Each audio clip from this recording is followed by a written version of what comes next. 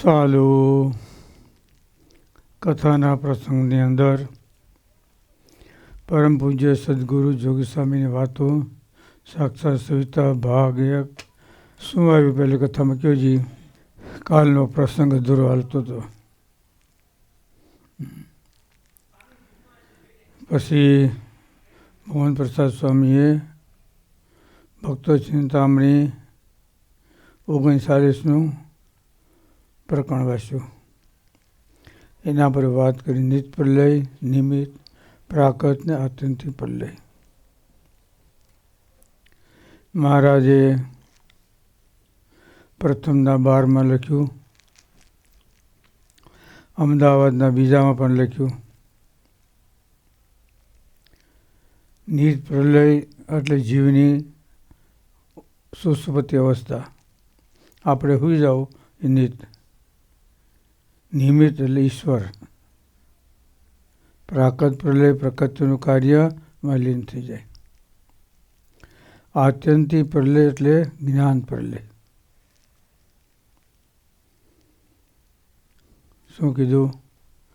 જ્ઞાન થયું એ આત્યંતિક પ્રલય થઈ ગયો. આત્યંતિક પ્રલય અંતે ભગવાનના ભક્તો સદા સાકાર છે.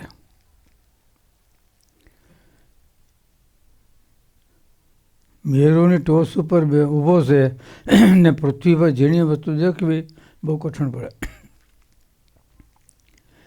એ સ્થિતિ ભૂગ્યા પછી ભગવાનના ભક્તો એનો મહિમા સમજો ને એ બહુ કઠણ પડે.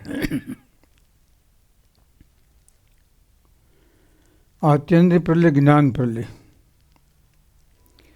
એને અંતે પણ ભગવાન ને ભગવાનના ભક્તો સદા સાકાર છે. ત્રણ પ્રલય એનો નાશ થઈ જાય છે, પાછી પોતાની ઉપાધિ વળગે છે. પણ જે જ્ઞાન પ્રલય થયો એને દેહ ત્યાગ કર્યો, પાછો જન્મ ધરવો પડતો નથી. અને કદાચ જન્મ ધરે તો જેમ ભગવાન સ્વતંત્ર થતા આવે જાય એમ છે. જો પણ ભગવાનનો ભક્તો કાળ કર્મ માયા તેના આધીન થઈને જન્મ ધરતો નથી. બીજા ત્રણ પ્રલય છે જન્મ ધરે, એ પણ કાળ કર્મનો સ્વભાવ એના આધીન થઈ. અને ભગવાનનો ભક્તો આવે એ સ્વતંત્ર થકો આવે અને સ્વતંત્ર થકો જાય. સ્વતંત્ર થકો એમ એટલે દરેક કાર્યમાં પોતાના ઇન્દ્રિયોને જીતવા, મનને જીતવા, સ્વભાવને જીતવા, એની પર પોતે રાજ કરીને આવે. જો સ્વતંત્ર થકો.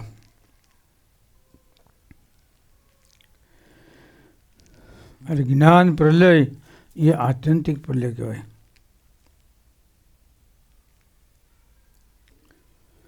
એને અંતે પણ ભગવાન છે. જોયું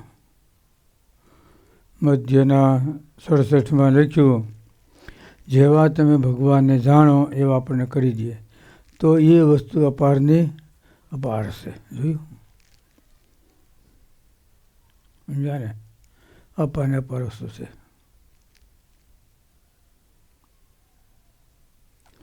જેવા તમે સુખરૂપ, પ્રતાપ, ઐશ્વર્ય, સામર્થ્ય, કાળ કર્મ માયા, સ્વભાવ એનાથી પર જાણો તો આપણે પણ પર થઈ જાય તો એ પણ અપારના અપાર છે.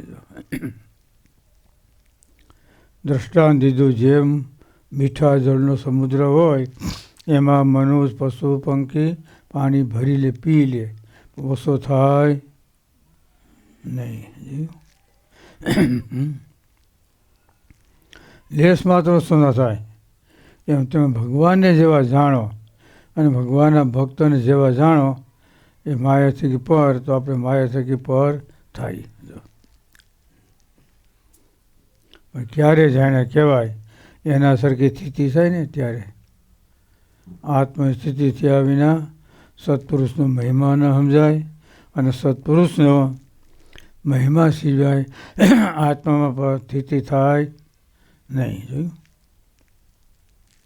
બે પરસ્પર વિરોધ છે, સમજે ને? સુખ મટે એટલે દુઃખ આવે, અને દુઃખ મટે એટલે સમજાણું? જાદો ફેર નથી એમ. સુખમાંથી આગળ આવે એટલે એ થાય, દુઃખમાં એ પ્રમાણે જો.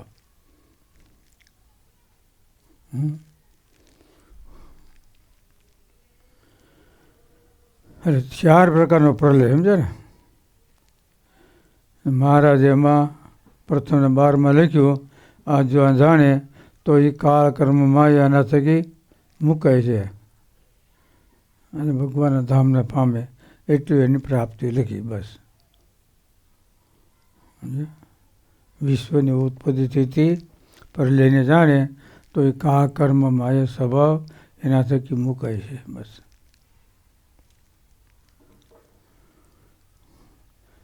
હા, ઉત્પત્તિ છે એની, અને મોક્ષના માર્ગમાં જાણે તો એ પ્રમાણે પ્રાપ્તિ થાય. થાય ખરી પ્રાપ્તિ, એ પ્રમાણે થાય. જો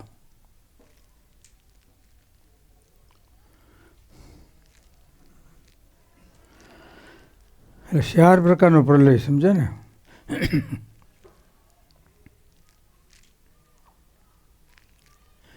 નિહિત પ્રલય એટલે જીવની ઉપાધિ લઈને. નિમિત્ત પ્રલયમાં ઈશ્વર, પ્રાકૃતિક પ્રલયમાં પ્રકૃતિનું કાર્ય, અને આત્યંતિક પ્રલય એટલે જ્ઞાન પ્રલય. જ્ઞાન. પણ એ થયા પછી પાછું જાણપણું રહેવું છે ને, એ મહારાજ કે શુદ્ધ સંપ્રદાય એવા જે ગુરુ એના થકી જ્ઞાન પ્રાપ્ત થયું હોય ને તો એને જાણપણું રહે, ભૂલાઈ જાય. શુદ્ધ સંપ્રદાય. દયા અને સ્નેહ આ 2 વસ્તુ છે. આત્મનિષ્ઠા અને વૈરાગ આવે તો દયા અને સ્નેહનો નાશ થઈ જાય. પણ આ 2 વાના આવે છતાંય પણ દયા અને સ્નેહ ક્યારે નાશ ન થાય? તો શુદ્ધ સંપ્રદાય એના થકી જ્ઞાન પ્રાપ્ત કર્યું હોય ને તો ભગવાન ભક્ત દયા, સ્નેહ, આત્મનિષ્ઠા અને વૈરાગ હોય છે. જો છેલ્લાના 3જામાં લખ્યું છે, દયા અને સ્નેહ. જીવ માત્ર જ્યાં ત્યાં દયા કરે અને જ્યાં ત્યાં સ્નેહ કરે. જેના પર જેને દયા હોય એના પર સ્નેહ થયા વિના રહે જ નહીં. હા, સિક્કાને 2 બાજુ. જેના પર દયા હોય એમાં સ્નેહ થાય. જે વસ્તુમાં તો મન લાગે તો પછી એમાં પ્રીતિ થાય ને. જે વસ્તુ મન લાગ્યું ને એમાં પ્રીતિ થાય.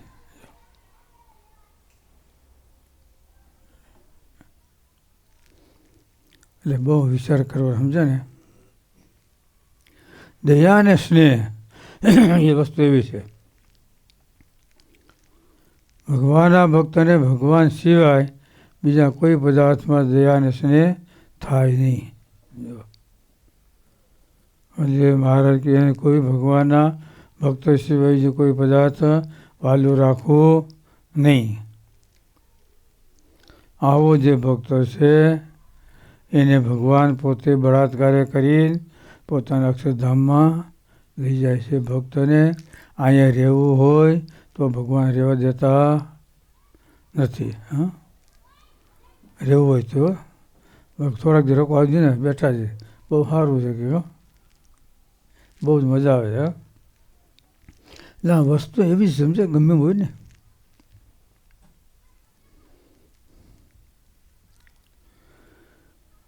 શુદ્ધ સંપ્રદાય એટલે ગુરુ થકી જ્ઞાન, સમજ્યા ને? શાસ્ત્ર થકી નહીં. શાસ્ત્ર અને સત્પુરુષ આ 2 નકર શાસ્ત્ર નહીં. એટલે શાસ્ત્રમાં કેટલા કેમ શબ્દ હોય, કેમ હોય, એ ગુરુ થકી સમજાય. આપણી મેળે એ સમજવા જાય તો સમજાય નહીં. અર્થ કેમ અર્થ થાય બોલો. એક શબ્દ એને બાદ અર્થ થાય. શબ્દ એક જ બોલાય, અર્થ એને 12 થાય. 12 પ્રકારની ભાષામાં વપરાય.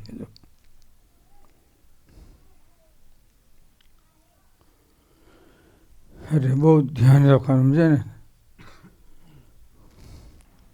જરીક ફેર પડી જાય તો આખી અવસ્થા અને ગુણમાં ફેર પડી જાય.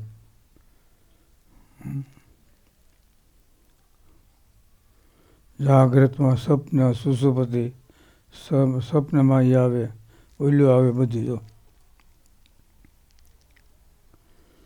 આટલે ધ્યાન આપવાનું ખરેખરું, ખૂબ ભગવાનનું ભજન કરવાનું. બોલો સહેજા